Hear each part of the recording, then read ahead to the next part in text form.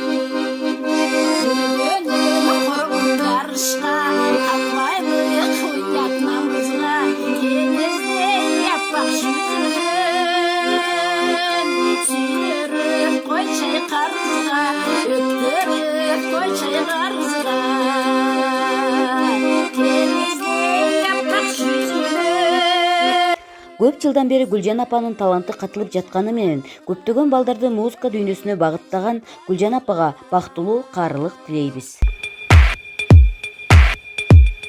Мына эмесе эл арасында чыккан таланттууларды көрүп алдыңыздар. Сиздердин да араңыздарда таланттуу инсандар болсо, өзгөчө таланты, өзгөчө үнү, өзгөчө бийлесе, же өзгөчө башка өнөрү бар болгон болсо, биздин WhatsApp номерибизге кайрылыңыздар. Биз сиздерди күтөбүз.